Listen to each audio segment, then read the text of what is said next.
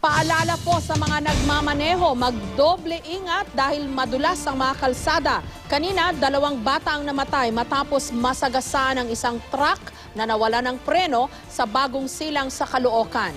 Critical naman ang isa pang bata na nahagip din ng truck. May report si Susan Enriquez.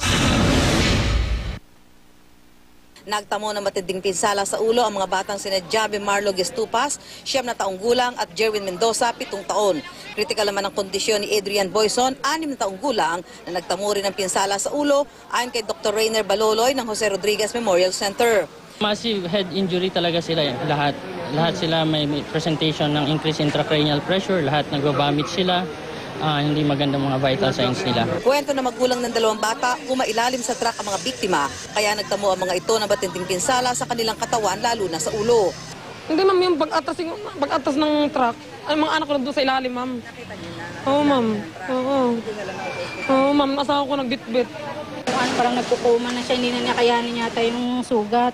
Mangyak-ngyak naman ang driver na si Randy Molo at ang lineman ng nakabanggang truck.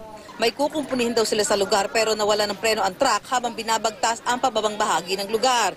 Sinigawan daw nila ang bata na tumabi pero tumakbo raw sa bahay ang mga ito na siyang nabangga ng truck. Iniwasan daw kasi ng driver ang maraming tao na masasagasaan ng truck. Mapatawag mo po kami, wala po kami magagawa sa ginawa ko po lahat. Nag-engine brake po ako. Naka-permis po ako dun sa preno. Talagang wala po talaga akong magawa. Susan Enriquez, GMA News.